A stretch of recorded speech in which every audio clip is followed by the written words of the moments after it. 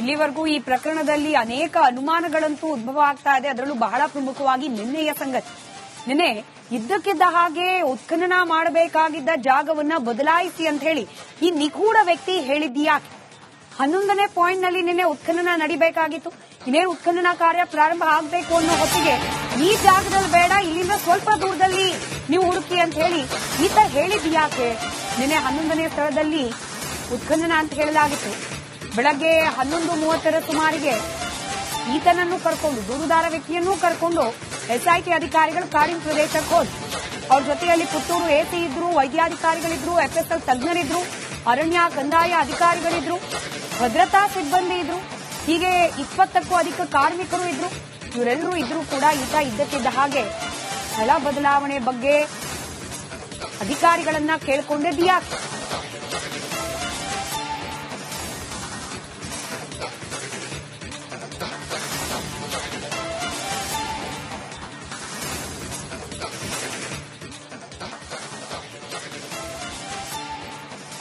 Details ನಮ್ಮ ಪ್ರತಿನಿಧಿ ದಿನೇಶ್ ನೀಡ್ತಾರೆ, ನೇರ ಸಂಪರ್ಕದಲ್ಲಿದ್ದಾರೆ. ದಿನೇಶ್, ನಿನ್ನೆಯ ಘಟನೆ ಈಗಲೂ ಕೂಡ ಪ್ರಶ್ನೆಯಾಗಿ ಕಾಡ್ತಾ ಇದೆ. ಈತ ಗುರುತಿಸಿದ್ದ ಜಾಗವನ್ನ ಹೊರತುಪಡಿಸಿ ಬೇರೆ ಜಾಗ ಸೂಚಿಸದ್ ಯಾಕಿರಬಹುದು ಅಂತ ಹೇಳಿ.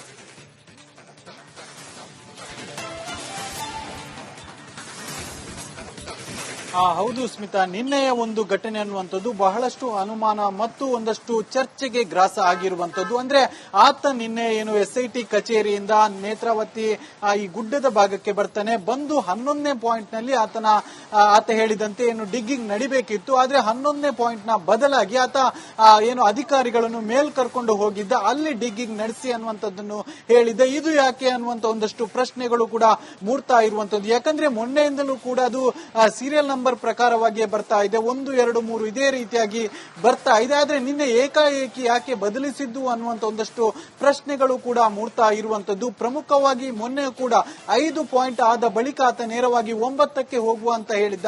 ಅವತ್ತು ಮಾತ್ರ ಅದನ್ನು ಬದಲಿಸಲಿಲ್ಲ. ಅಂದ್ರೆ 5 ಆದ ಬಳಿಕ 6 ಪಾಯಿಂಟ್ಗೆ ಬಂದಿದ್ರು. ಆದ್ರೆ ನಿನ್ನೆ ಏಕಾಏಕಿ ಬದಲಿಸಿದ್ದು ಯಾಕೆ ಅನ್ನುವಂತ ಒಂದಷ್ಟು ಪ್ರಶ್ನೆಗಳು ಕೂಡ ಹುಟ್ಟುತ್ತಾ ಇರುವಂತದ್ದು. ಯಾಕಂದ್ರೆ ನಿಯಮಗಳ ಪ್ರಕಾರವಾಗಿ ನಿನ್ನೆ ಈ 11ನೇ ಪಾಯಿಂಟ್ ನಲ್ಲೇ ಆಗಿಬೇಕಿತ್ತು. ಆದ್ರೆ 11ನೇ ಪಾಯಿಂಟ್ ಆಗಿಯದೆ ಆತ ಹೇಳಿದಂತೆ ಮೇಲ್ಬದಿಗೆ ಯಾಕೆ ಹೋಗಿದ್ದು ಅನ್ನುವಂತ ಒಂದಷ್ಟು ಪ್ರಶ್ನೆಗಳು ಹುಡ್ತಾ ಇರುವಂತದ್ದು. ಯಾಕಂದ್ರೆ ಆತ ನಿನ್ನೆ 11ನೇ ಪಾಯಿಂಟ್ಗೆ ಕರ್ಕೊಂಡು ಬಂದಿದ್ದ. ಅಲ್ಲಿ ನಿಂತ ತಕ್ಷಣದಿಂದ ಆತ ಹೇಳಿದ್ದ, ಇಲ್ಲಿ ಬೇಡ, ಇದ್ರ ಬದಲಾಗಿ ಒಂದು 100 ಮೀಟರ್ ಮೇಲ್ಗಡೆ ಹೋಗೋಣ, ಅಲ್ಲಿ ಅಗೆಯೋಣ ಅನ್ನುವಂಥದ್ದು ಹೇಳಿದ್ದ. ಆತನ ಒಂದು ಮನವಿಗೆ ಕೂಡಲೇ ಅಲ್ಲಿದ್ದಂತ ಎಸಿ ಸ್ಟೆಲ್ಲಾ ವರ್ಗೀಸ್ ಅವರು ಒಪ್ಪಿಗೆ ಸೂಚಿಸಿ ಅವನನ್ನ ಮೇಲ್ಬದಿಗೆ ಕರ್ಕೊಂಡು ಹೋಗಿ ಅಲ್ಲಿ ಡಿಗ್ಗಿಂಗ್ ನಡೆಸಿರುವಂತದ್ದು. ಅಂದ್ರೆ ಆತ ಹೇಳಿದ ತಕ್ಷಣ ಯಾಕೆ ಇದಕ್ಕೆ ಒಪ್ಕೊಂಡ್ರು ಅನ್ನುವಂತ ಒಂದು ಪ್ರಶ್ನೆಗಳು ಕೂಡ ಮೂಡ್ತಾ ಇರುವಂತದ್ದು. ಯಾಕಂದ್ರೆ ಆತ ಸೂಚಿಸಿದಂತ ಪಾಯಿಂಟ್ ಬಿಟ್ಟು ಮೇಲ್ಗಡೆ ಹೋಗಬಹುದು. ಅಂದ್ರೆ ಮೊನ್ನೆಯಿಂದಲೂ ಕೂಡ ಸೀರಿಯಲ್ ವೈಸ್ ಆಗಿ, ಅಂದ್ರೆ ನಂಬರ್ ವೈಸ್ ಆಗಿ ಬರ್ತಾ ಇದೆ. ಏಕಾಏಕಿ ಈ ರೀತಿಯಾಗಿ ಬದಲಾವಣೆ ಮಾಡಿದ್ದು ಯಾಕೆ ಅನ್ನುವಂತ ಪ್ರಶ್ನೆಗಳು ಕೂಡ ಮೂಡ್ತಾ ಇರುವಂತದ್ದು. ಈ ಬಗ್ಗೆ ಒಂದಷ್ಟು ಚರ್ಚೆಗಳು ಕೂಡ ಹುಟ್ಟು ಹಾಕಿರುವಂತದ್ದು. ಅದರ ಜೊತೆಗೆ ಸಿಕ್ಕಂತ ನಿನ್ನೆ ಅಸ್ಥಿ ಪಂಜರ ಏನಿದೆ ಅದು ಕೂಡ ಭೂಮಿಯ ಮೇಲ್ಭಾಗದಲ್ಲಿ ಇದ್ದಂತದ್ದು. ಅದು 1.5 2 ವರ್ಷಗಳ ಹಿಂದೆ ಆತ್ಮಹತ್ಯೆ ಮಾಡಿಕೊಂಡದ್ದು ಅನ್ನುವಂಥದ್ದು ಹೇಳಲಾಗ್ತಿದೆ. ಈ ಸಂದರ್ಭದಲ್ಲೂ ಕೂಡ ಬಹಳಷ್ಟು ಗೊಂದಲ ಉಂಟಾಗಿರುವಂತದ್ದು. ಎಸಿ ಸ್ಟೆಲ್ಲಾ ವರ್ಗೀಸ್ ಇಲ್ಲಿವರೆಗೂ ಈ ಪ್ರಕರಣದಲ್ಲಿ ಅನೇಕ ಅನುಮಾನಗಳಂತೂ ಉದ್ಭವ ಆಗ್ತಾ ಇದೆ. ಅದರಲ್ಲೂ ಬಹಳ ಪ್ರಮುಖವಾಗಿ ನಿನ್ನೆಯ ಸಂಗತಿ. ನಿನ್ನೆ ಇದ್ದಕ್ಕಿದ್ದ ಹಾಗೆ ಉತ್ಖನನ ಮಾಡಬೇಕಾಗಿದ್ದ ಜಾಗವನ್ನ ಬದಲಾಯಿಸಿ ಅಂತ ಹೇಳಿ ಈ ನಿಗೂಢ ವ್ಯಕ್ತಿ ಹೇಳಿದ್ಯಾಕೆ? 11ನೇ ಪಾಯಿಂಟ್ ನಲ್ಲಿ ನಿನ್ನೆ ಉತ್ಖನನ ನಡಿಬೇಕಾಗಿತ್ತು. ಇನ್ನೇನು ಉತ್ಖನನ ಕಾರ್ಯ ಪ್ರಾರಂಭ ಆಗಬೇಕು ಅನ್ನೋ ಹೊತ್ತಿಗೆ ಈ ಜಾಗದಲ್ಲಿ ಬೇಡ, ಇಲ್ಲಿಂದ ಸ್ವಲ್ಪ ದೂರದಲ್ಲಿ ನೀವು ಹುಡುಕಿ ಅಂತ ಹೇಳಿ ಈತ ಹೇಳಿದ್ಯಾಕೆ? ನಿನ್ನೆ 11ನೇ ಸ್ಥಳದಲ್ಲಿ ಉತ್ಖನನ ಅಂತ ಹೇಳಲಾಗಿತ್ತು. ಬೆಳಗ್ಗೆ 11:30 ಸುಮಾರಿಗೆ ಈತನನ್ನು ಕರ್ಕೊಂಡು, ದೂರುದಾರ ವ್ಯಕ್ತಿಯನ್ನೂ ಕರ್ಕೊಂಡು ಎಸ್ಐಟಿ ಅಧಿಕಾರಿಗಳು ಕಾಡಿನ ಪ್ರದೇಶಕ್ಕೆ ಹೋದ್ರು. ಅವ್ರ ಜೊತೆಯಲ್ಲಿ ಪುತ್ತೂರು ಎಸಿ ಇದ್ರು, ವೈದ್ಯಾಧಿಕಾರಿಗಳಿದ್ರು, ಎಫ್ಎಸ್ಎಲ್ ತಜ್ಞರಿದ್ರು, ಅರಣ್ಯ ಕಂದಾಯ ಅಧಿಕಾರಿಗಳಿದ್ರು, ಭದ್ರತಾ ಸಿಬ್ಬಂದಿ ಇದ್ರು, ಹೀಗೆ 20ಕ್ಕೂ ಅಧಿಕ ಕಾರ್ಮಿಕರು ಇದ್ರು. ಇವರೆಲ್ಲರೂ ಇದ್ರೂ ಕೂಡ ಈತ ಇದ್ದಕ್ಕಿದ್ದ ಹಾಗೆ ಸ್ಥಳ ಬದಲಾವಣೆ ಬಗ್ಗೆ ಅಧಿಕಾರಿಗಳನ್ನ ಕೇಳಿಕೊಂಡಿದ್ಯಾಕೆ?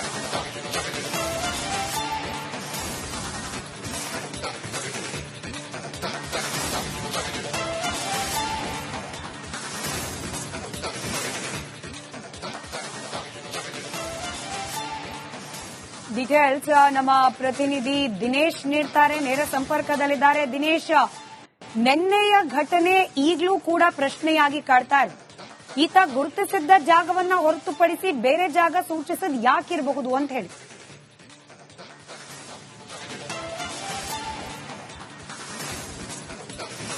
ಹೌದು ಸ್ಮಿತಾ, ನಿನ್ನೆಯ ಒಂದು ಘಟನೆ ಅನ್ನುವಂಥದ್ದು ಬಹಳಷ್ಟು ಅನುಮಾನ ಮತ್ತು ಒಂದಷ್ಟು ಚರ್ಚೆಗೆ ಗ್ರಾಸ ಆಗಿರುವಂತದ್ದು. ಅಂದ್ರೆ ಆತ ನಿನ್ನೆ ಏನು SIT ಕಚೇರಿಯಿಂದ ನೇತ್ರಾವತಿ ಈ ಗುಡ್ಡದ ಭಾಗಕ್ಕೆ ಬರ್ತಾನೆ. ಬಂದು 11ನೇ ಪಾಯಿಂಟ್ ನಲ್ಲಿ ಆತ ಹೇಳಿದಂತೆ ಏನು ಡಿಗ್ಗಿಂಗ್ ನಡಿಬೇಕಿತ್ತು. ಆದ್ರೆ 11ನೇ ಪಾಯಿಂಟ್ ನ ಬದಲಾಗಿ ಆತ ಏನು ಅಧಿಕಾರಿಗಳನ್ನು ಮೇಲ್ ಕರ್ಕೊಂಡು ಹೋಗಿದ್ದ, ಅಲ್ಲಿ ಡಿಗ್ಗಿಂಗ್ ನಡೆಸಿ ಅನ್ನುವಂಥದ್ದನ್ನು ಹೇಳಿದ್ದ. ಇದು ಯಾಕೆ ಅನ್ನುವಂತ ಒಂದಷ್ಟು ಪ್ರಶ್ನೆಗಳು ಕೂಡ ಮೂಡ್ತಾ ಇರುವಂತದ್ದು. ಯಾಕಂದ್ರೆ ಮೊನ್ನೆಯಿಂದಲೂ ಕೂಡ ಅದು ಸೀರಿಯಲ್ ನಂಬರ್ ಪ್ರಕಾರವಾಗಿ ಬರ್ತಾ ಇದೆ, 1, 2, 3 ಇದೇ ರೀತಿಯಾಗಿ ಬರ್ತಾ ಇದೆ. ಆದ್ರೆ ನಿನ್ನೆ ಏಕಾಏಕಿ ಯಾಕೆ ಬದಲಿಸಿದ್ದು ಅನ್ನುವಂತ ಒಂದಷ್ಟು ಪ್ರಶ್ನೆಗಳು ಕೂಡ ಮೂಡ್ತಾ ಇರುವಂತದ್ದು. ಪ್ರಮುಖವಾಗಿ ಮೊನ್ನೆ ಕೂಡ 5 ಪಾಯಿಂಟ್ ಆದ ಬಳಿಕ ಆತ ನೇರವಾಗಿ 9ಕ್ಕೆ ಹೋಗುವ ಅಂತ ಹೇಳಿದ್ದ.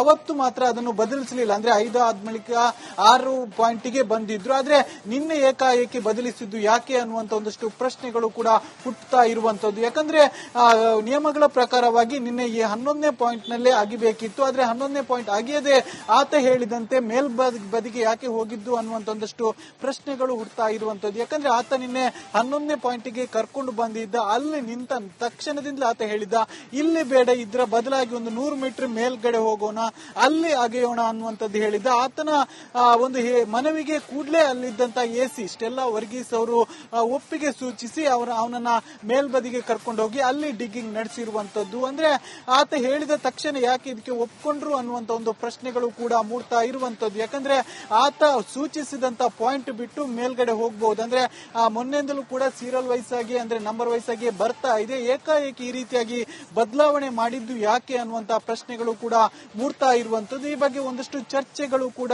ಹುಟ್ಟು ಹಾಕಿರುವಂತದ್ದು. ಅದರ ಜೊತೆಗೆ ಸಿಕ್ಕಂತ ನಿನ್ನೆ ಅಸ್ಥಿ ಪಂಜರ ಏನಿದೆ ಅದು ಕೂಡ ಭೂಮಿಯ ಮೇಲ್ಭಾಗದಲ್ಲಿ ಇದ್ದಂತದ್ದು. ಅದು 1.5 2 ವರ್ಷಗಳ ಹಿಂದೆ ಆತ್ಮಹತ್ಯೆ ಮಾಡಿಕೊಂಡದ್ದು ಅನ್ನುವಂಥದ್ದು ಹೇಳಲಾಗ್ತಿದೆ.